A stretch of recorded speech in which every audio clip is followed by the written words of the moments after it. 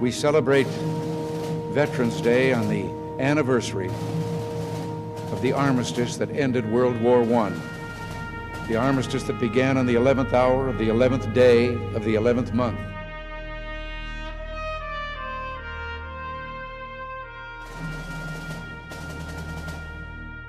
The timing of this holiday is quite deliberate in terms of historical fact. But somehow it always seems quite fitting to me that this day comes deep in autumn when the colors are muted and the days seem to invite contemplation.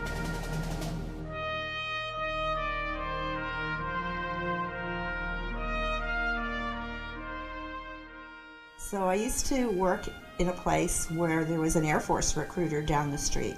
And I realized that if I went in there and hung out, he would give me free coffee.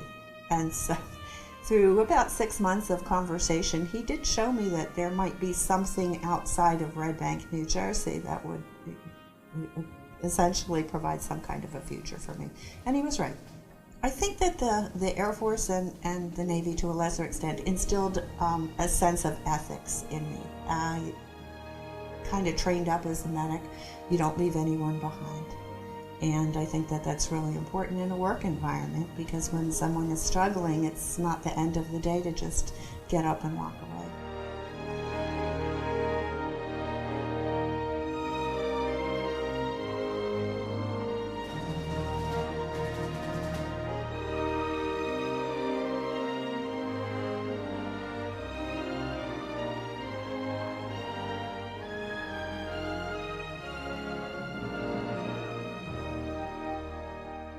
I enlisted in the Marine Corps in 1987. I was about 18 years old. Did one enlistment, got out after the first Gulf War, and was still looking for direction, so started college using the GI Bill. And while I was in college, I found out about the Navy Civil Engineer Corps program, and upon graduation, got a commission in the Navy as a Civil Engineer Corps officer. I think what most stood out to me and what I find most astonishing is being part of groups and teams and organizations that were part of history. Whether it was Gulf War or serving in Panama with the Marines. I think it's important to recognize and observe Veterans Day, probably now more than it has been in the past, due to the fact that the nation's been at war for almost 20 years. However, most people in the country, the non-serving population, probably don't realize that, have forgotten that, and I think having this day once a year where the nation shines a light on its veterans and recognizes those sacrifice and the service that they've made for going on 2 decades now, I think it's important.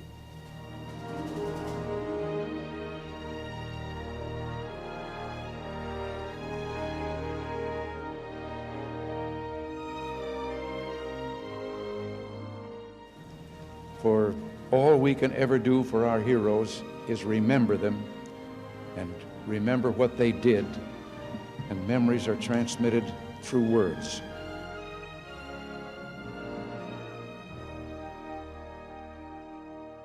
My current role in the Air Force right now is I am a first sergeant, so basically it is to mentor not only the airmen but the senior enlisted as well. I'm definitely proud to have been deployed for 6 months. It taught me a lot about what I have here back home and what we don't have over there. I'm grateful to be a veteran working for the federal government.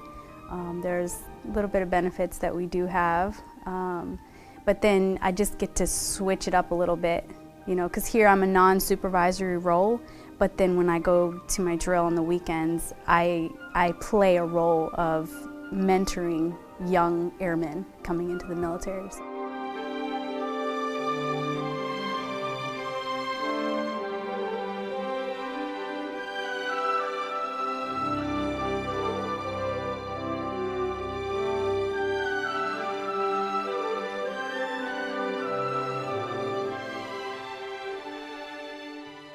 I was in the Army. I retired as a Sergeant First Class, and I was in the military for 23 years.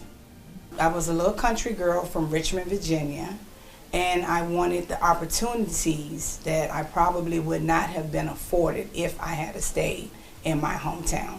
Some of my most impactful, memorable experiences in the military was the traveling, going to the different countries, meeting different, people, different nationalities. I had my children in the military, 2 of them, and they enjoyed the experience as well. I was a senior human resources sergeant. I do exactly what I did then, I do now upstairs in the CECOM G1. So I've been doing this for over 30 plus years, taking care of soldiers, and I love it. It's my passion.